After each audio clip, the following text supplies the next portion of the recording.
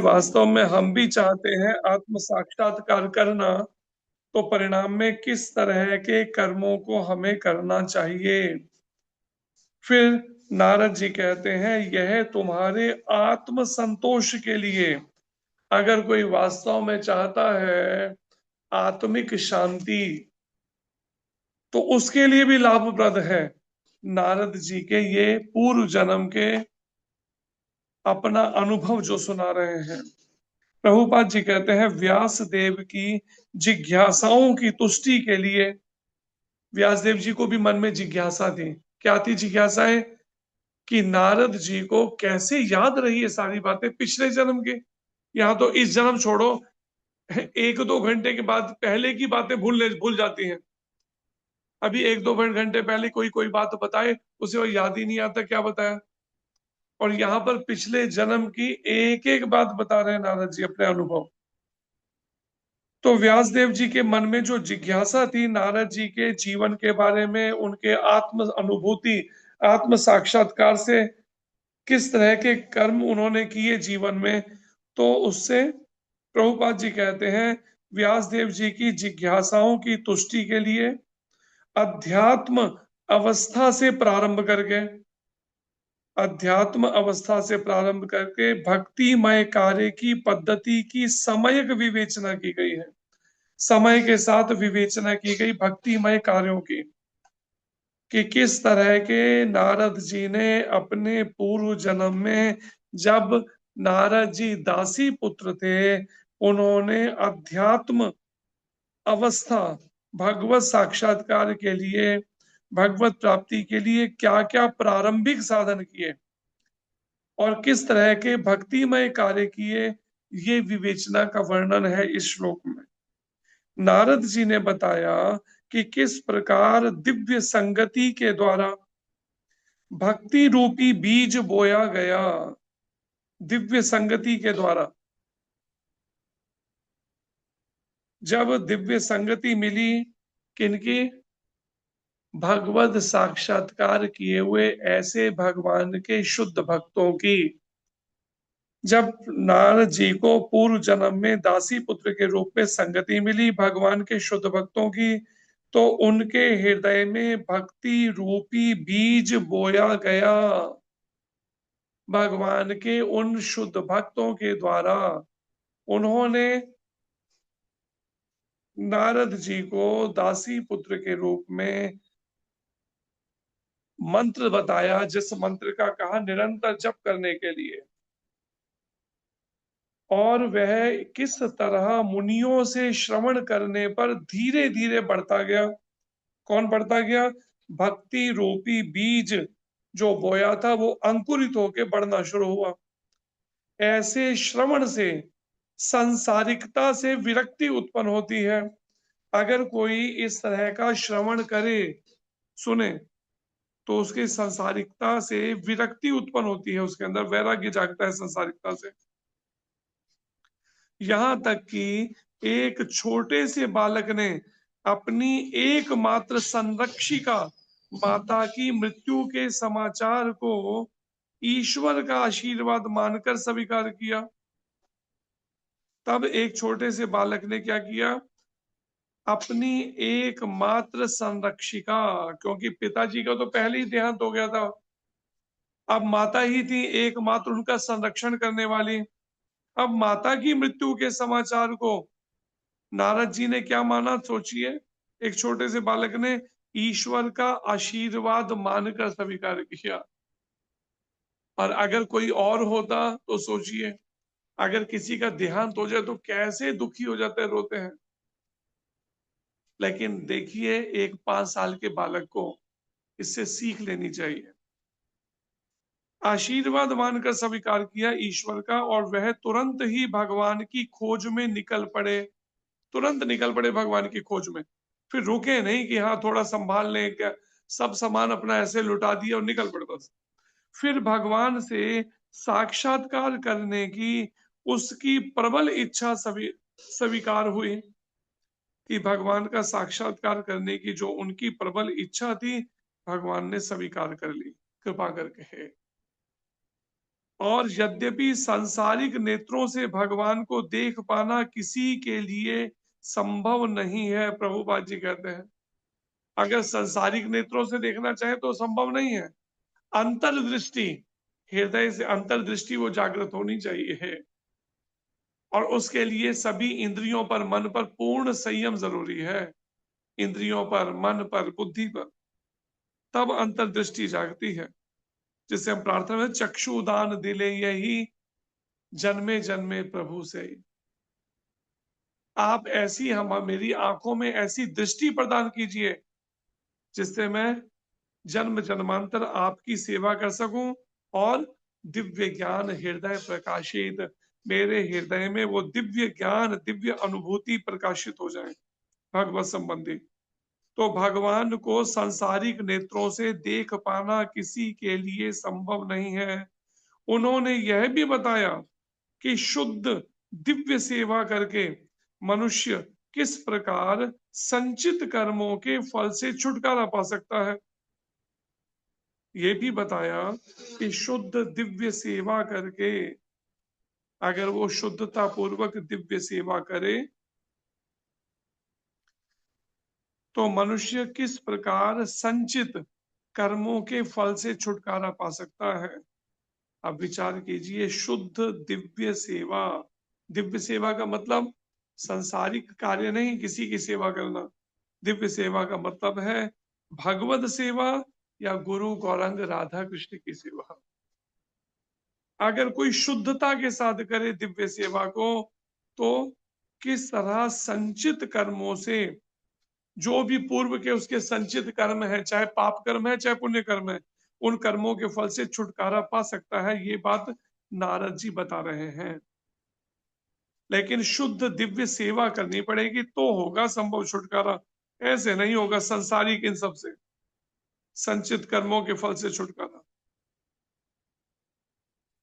और किस प्रकार उन्होंने इस भौतिक शरीर को ही आध्यात्मिक शरीर में परिणत किया।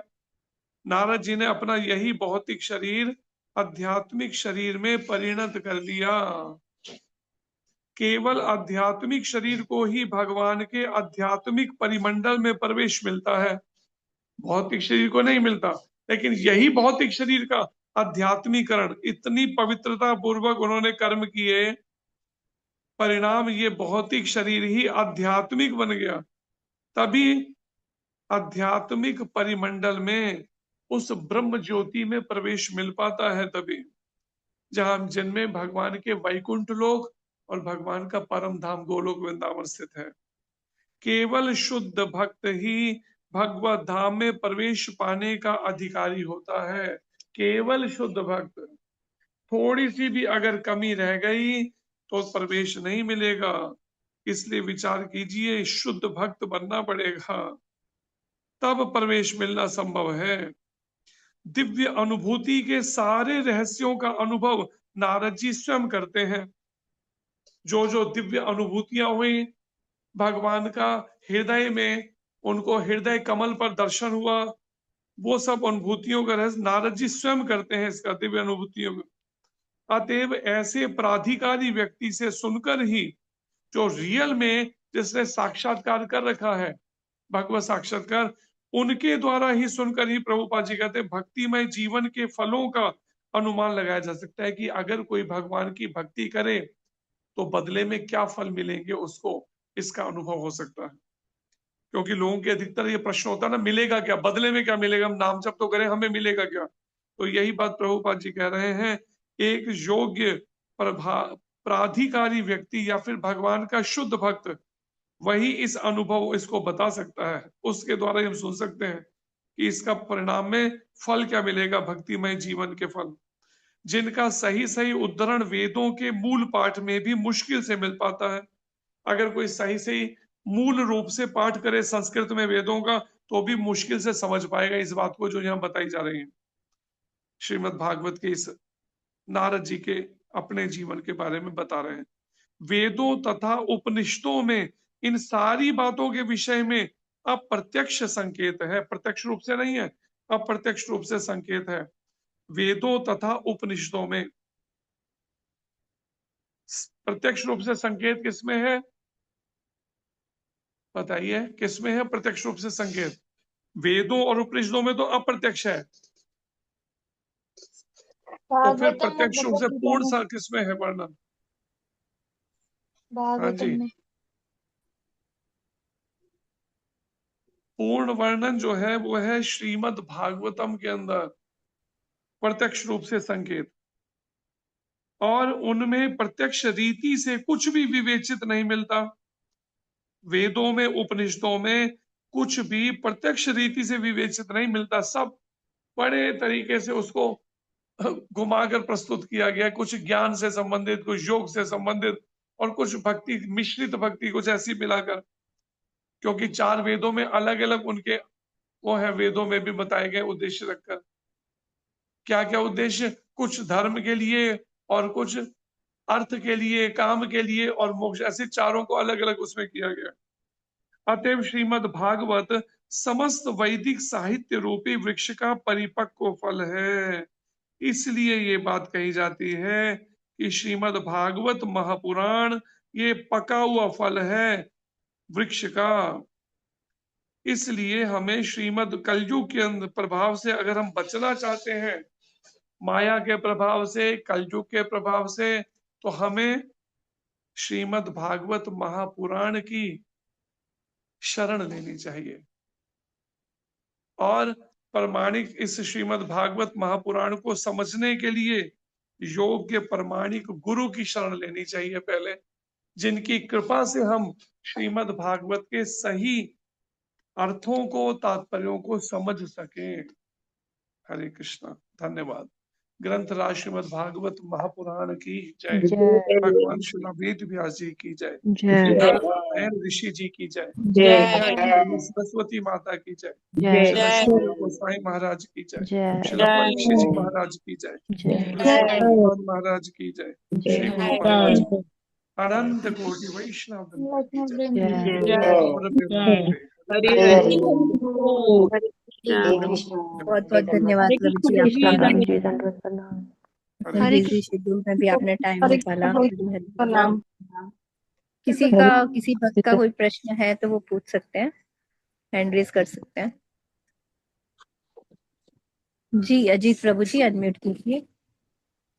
प्रभु जी हरे कृष्ण, धर्म प्रणाम। हरे कृष्ण जी। प्रभु जी ये जो पुरुषार्थ होते हैं ना, अर्थ काम धर्म मोक्ष,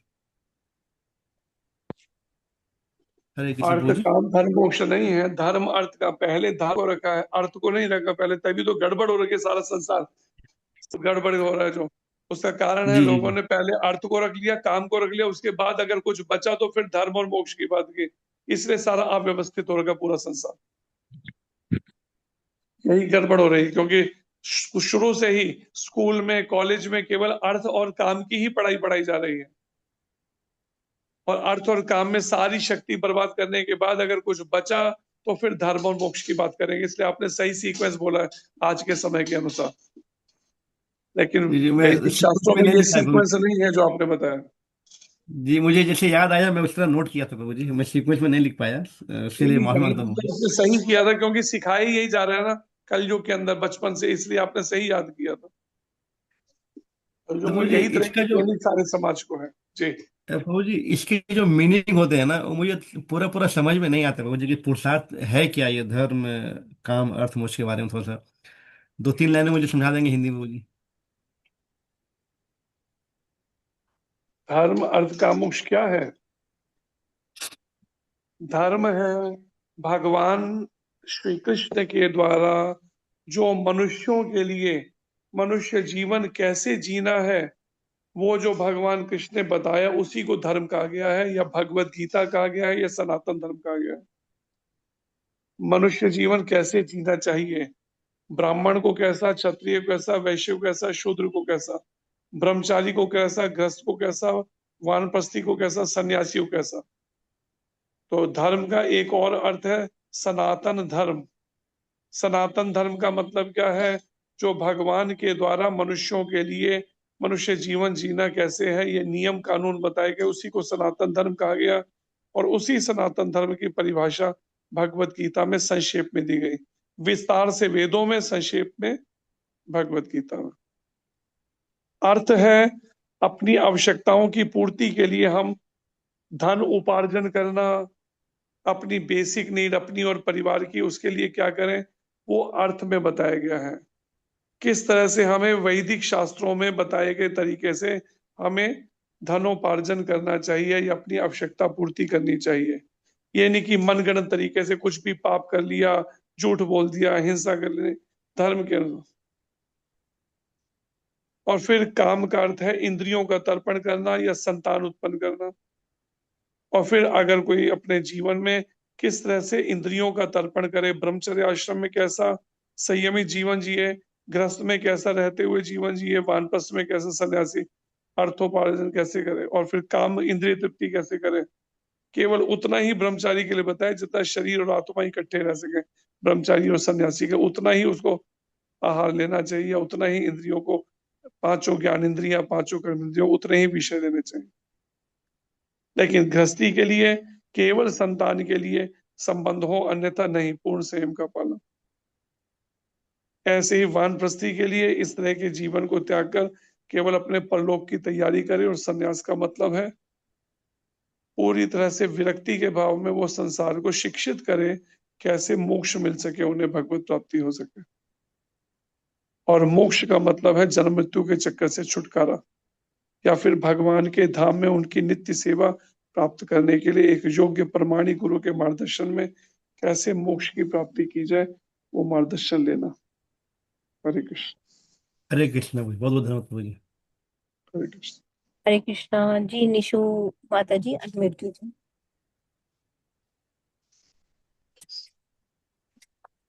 हरि बोल निशु माता, अनम्यूट हरे कीजिए। कृष्ण माता जी। हरे कृष्ण प्रभु जी। हरे कृष्ण। हरे धन्यवाद प्रणाम। प्रभु जी, ये जो मोक्ष है, ये किसी वेद में भी बताया गया है या मतलब किस चीज में आता है ये मोक्ष के बारे में? मतलब मोक्ष वेदों के किस में किसी वेद में किस बताया है, कौन से वेद में बताया गया है? मोक्ष का तो भगवत गीता में संक्षेप में बताया ना, 18वां हम्म, अध्याय 66वां श्लोक है। हम्म, और किस तरह के कर्मों को करते हुए मोक्ष मिले, वो 18वें अध्याय के 41, 42, 43 इन श्लोकों में वर्णन है। ब्राह्मण, क्षत्रिय, वैश्य, शूद्र, इनके लिए किस तरह के कर्म बताए हैं। तो भगवत गीता में बताया गया मोक्ष के बारे में 18वें अध्याय के अंदर। जी। प्रभु जी, ये कई बार ऐसे शिव जी के लिए भी कहते हैं कि मोक्ष दाता है, मोक्ष करने काफी, मतलब जो शिव जी की उपासक हैं वो काफी बोलते हैं इस चीज के बारे में। तो वो तो वो मोक्ष तो, किस तरह के मोक्ष दाता है, ये चीज बताई है कि काशी जो है, ऐसा माना जाता है शिव जी के त्रिशूल के ऊपर बसी हुई है, त्रिशूल की नोक पर। और अगर कोई काशी में शरीर छोड़ता है तो शिव जी उसे मुक्ति, मोक्ष देते हैं। वो मुक्ति क्या देते हैं, उसका एक कान, दाया कान बड़ा हो जाता है, कुछ ऐसा मान्यता है। क्यों बड़ा हो जाता है, उसके कान में राम और कृष्ण का नाम देते हैं, जिससे वो फिर भक्ति में लगकर अगले जन्म के अंदर भगवत प्राप्ति या मोक्ष प्राप्त कर सके।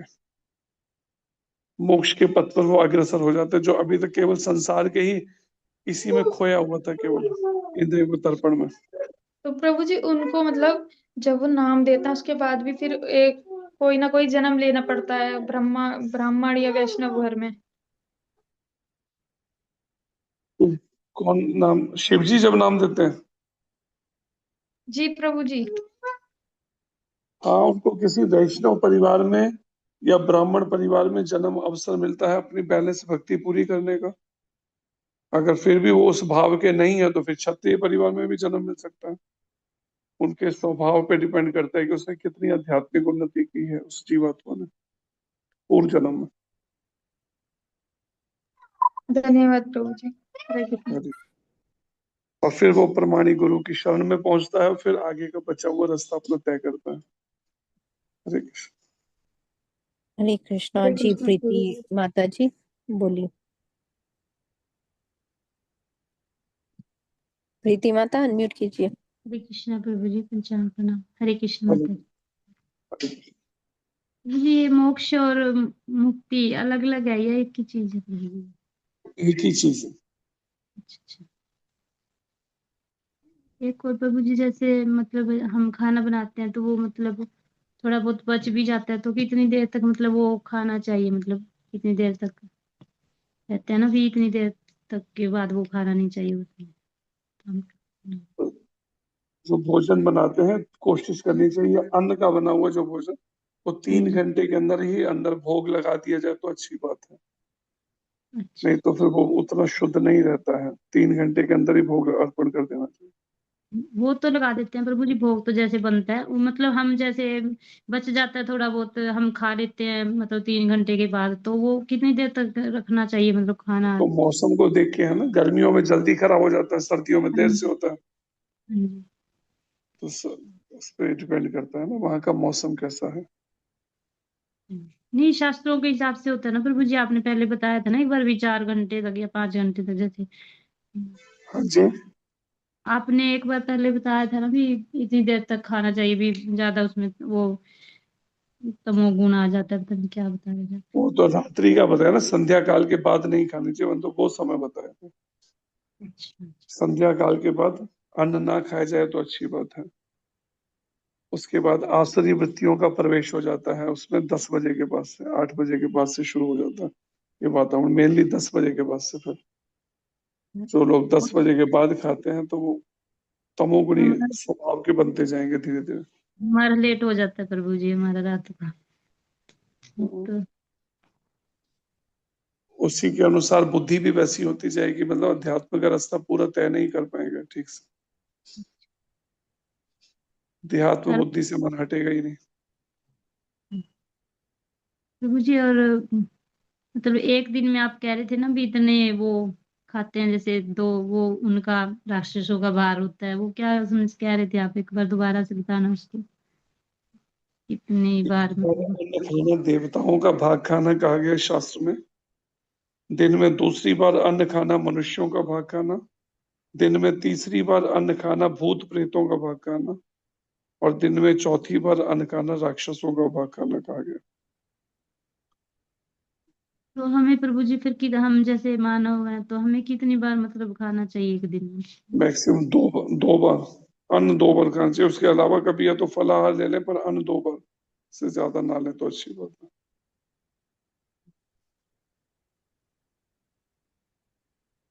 थैंक यू प्रभु जी, हरे कृष्णा, बहुत बहुत धन्यवाद।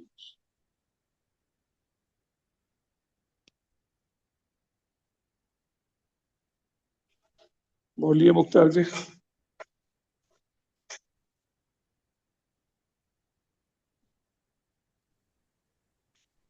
हरे कृष्णा प्रभु जी, दंड प्रणाम। हरे कृष्ण जी। प्रभु जी, आपने बताया था जैसे अभी जो ग्रंथ पहले बने हुए हैं, जैसे शायद मैं गलत हो सकता हूँ कि आई थिंक 17 ग्रंथ बने हुए हैं अप्रत्यक्ष तरीके से, जैसे आपने बताया कि कुछ उसमें अलग अलग तरीके से बताया हुआ है। तो 18वां जो बनाया है श्री व्यासदेव जी ने, तो ये क्या संतुष्टि उस टाइम मैंने जो सुना है प्रभु जी कि संतुष्टि नहीं हुई थी, तो उन्होंने नारद जी से उन्होंने उन्होंने बात कहा था कि आप भगवान के बारे में लिखे, तो उसके बाद में उनको संतुष्टि हुई। और फिर एक चीज आप जैसे बताते हैं कि मुक्ति से भक्ति की ओर जाना, तो क्या हमें ये अ, जैसे व्यासदेव जी संतुष्ट हो गए थे, तो हमें भगवत गीता पढ़ने के बाद में भागवतम भी पढ़नी चाहिए, या आप मिक्स भी कर सकते हैं, मतलब कि तो प्रभु जी थोड़ा सा गाइड करिए। दोबारा बोलो। प्रभु जी, जैसे अभी भगवत गीता आपने बताते हैं जैसे मुक्ति से भक्ति की ओर, और जो भागवतम जो है वो भगवान श्री कृष्ण के बारे में, भगवान के बारे में लिखी है। तो हमने एक कथा में ये सुना था कि व्यासदेव जी संतुष्ट नहीं थे, तो इसलिए 18वां जो बनाया था ये ग्रंथ, तो उसमें संतुष्ट हुए थे। तो क्या हम लोग भी अगर कौन सा 18वां ग्रंथ बनाया भगवत था? गीता पढ़ के 18वां ग्रंथ कौन सा है? भागवतम प्रभु जी, कौन सी जगह लिखा है 18वां ये ग्रंथ है? भागवतम 18वां ग्रंथ क्या एक शब्द कह प्रभु रहे जी, हैं, ये बता देंगे? मेरे को करेक्ट नहीं हूं मैं। नहीं नहीं प्रभु जी, मेरा कहने का मतलब ये है कि ये मैं 18 करेक्ट पुराण नहीं हूँ, है, हो सकता 18वां है ग्रंथ, 18वां मैं गलत हूँ। 18 पुराण है ना, उसमें ये पुराण, 18वां आखिरी पुराण है, उसी जी को आप बोलने में ऐसा हुआ। ठीक जी। जी प्रभु जी। तो क्या और ये इसमें सारी लीलाएं जो है भगवान के बारे में लिखी। तो क्या हमें भगवत गीता पहले अध्ययन करना चाहिए गुरु परंपरा के माध्यम से, या ऐसा हम आगे पीछे भी कर सकते हैं इसमें? भगवत गीता को जब जीवन कई में बार ऐसा होता है व्यवहारिक कि रूप देंगे उसके बाद भागवतम समझ आ सकेगी, और जब जी भागवतम को जीवन में व्यवहारिक रूप देंगे तब चैतन्य चैतामृत समझ आ सकेगी। जी इसलिए पहले भगवत गीता को ही जी जीवन में उतारना होगा, आचरण में भगवत गीता के अनुसार जीवन ढालना होगा, फिर भागवत समझ आ सकेगी। जी। धन्यवाद प्रभु जी। हरे कृष्ण। हरे कृष्ण। हरे कृष्णा जी प्रभु जी, और कोई प्रश्न नहीं है। बहुत बहुत धन्यवाद आपका। हरे कृष्णा। वाञ्छा कल्पतरुभ्यश्च कृपा सिन्धुभ्यैव पतितानां पावनेभ्यो वैष्णवेभ्यो नमो नमः। श्री गुरु महाराज की जय। प्रभुपाद की जय। जय अनंत कोटि वैष्णव वृंद की जय। जय। गौर प्रेमानंद। हरि हरि हरि बोल। हरे कृष्ण कृष्ण प्रभु। प्रभु जी दंडवत प्रणाम। हरे कृष्ण प्रभु जी, सर्वत्र प्रभु जी दंडवत प्रणाम। प्रभु जी प्रणाम। हरे कृष्ण प्रभु जी दंडवत प्रणाम। हरे हरे कृष्ण। कृष्ण। प्रभु जी दंडवत प्रणाम। हरे कृष्ण हरे प्रभु जी कृष्णा, प्रणाम। आज शाम को हमारा जो है वो यूएसए वाली क्लास के साथ मर्जिंग रहेगा, तो 7:30 बजे स्टार्ट हो जाएगी क्लास, और 7:30 से 8:30 का जो उसका टाइमिंग है। तो हमारी श्रीमद् भगवत गीता क्लास अलग से नहीं होगी, आप सब उसी में ज्वाइन कर सकते हैं। मैसेज वो और लिंक ग्रुप लिंक में आ आएगा जाएगा। माता जी, इसी पर आ जाएगा। हाँ जी हाँ, ग्रुप्स में आ जाएगा डिटेल। हरे कृष्णा। हरे कृष्ण। माता जी हरे कृष्ण प्रभु जी दंडवत प्रणाम। जय। हरे कृष्ण। जय।